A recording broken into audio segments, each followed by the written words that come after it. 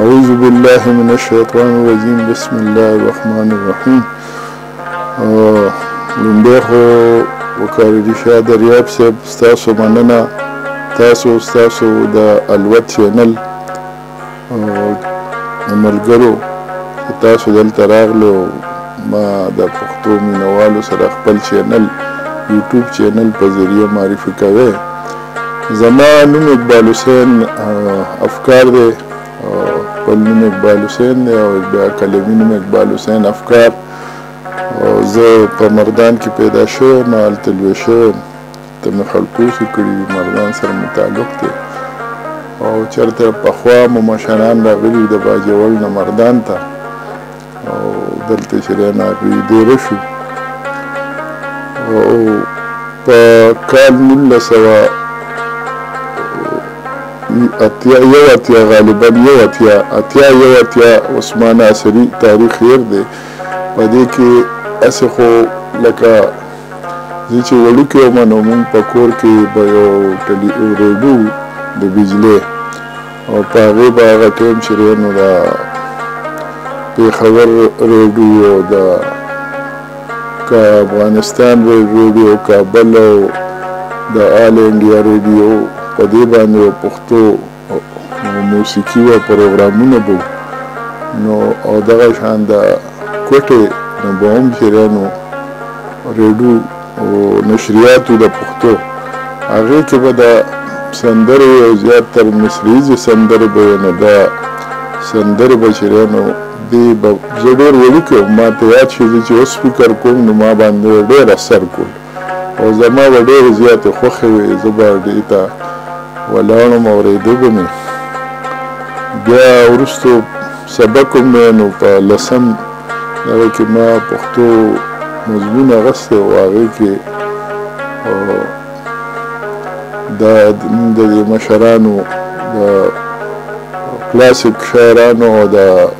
20مې صدۍ د شاعرانو د دې کلامونو نو دغه کلامونو به هم په ما یو اثر کول او بیا دغه دوران کې هم دغه 10م دغه کې ما به زړه غوښتي چې یاره زه هم دغه شانته څه ولیکم نو څه مات ګوټ دغه هم کولو څه بې وزنه څه لیکل میکل به هم کول. نو یو پیره زمونږ د پښتو استاد و د دې فاتح ټکر و فضلي محمود نوم یې و فضلي محمود صاحب هغه وایي چې هلکه تاسو کې یو بل هم هغه زمونږ د مردان سره تعلق فضل قادر صاحب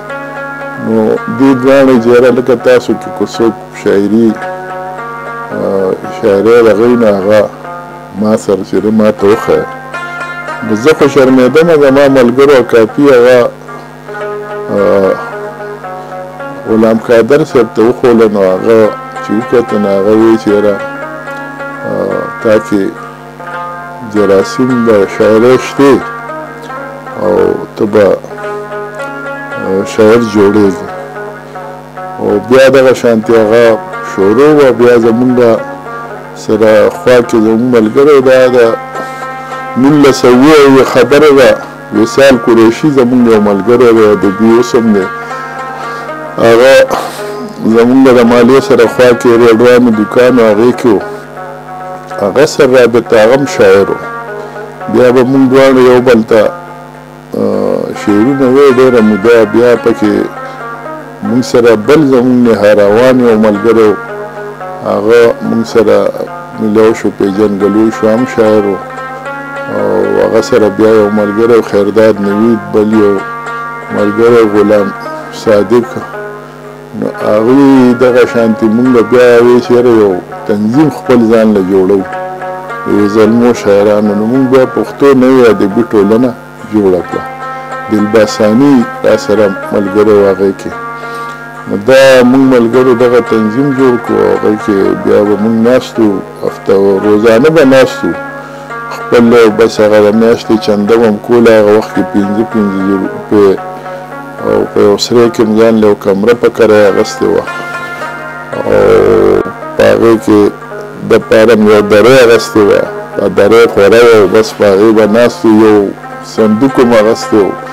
پیډونه میډونه م چاپ کړي وو په دغه هم خپلې هغه 15 روپو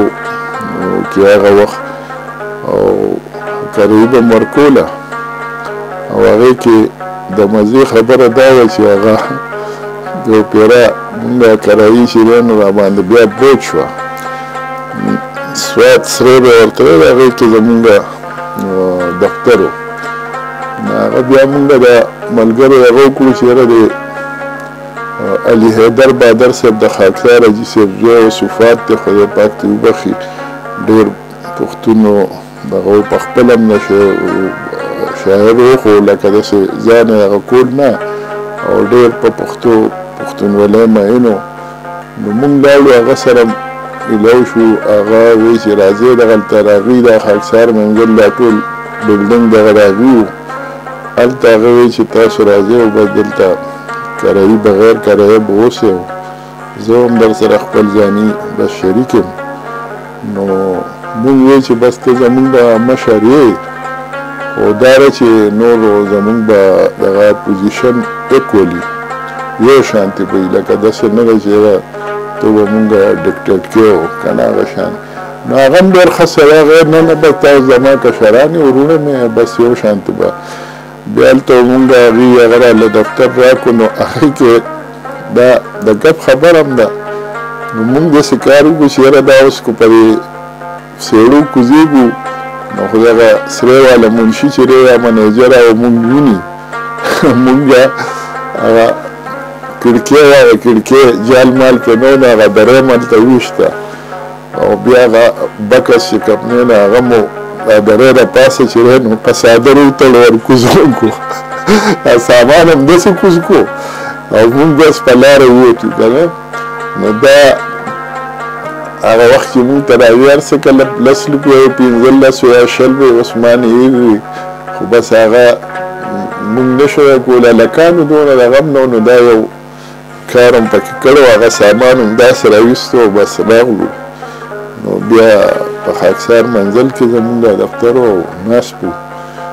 نو پښتو نوې ادبي ټولنې نه شروع شوه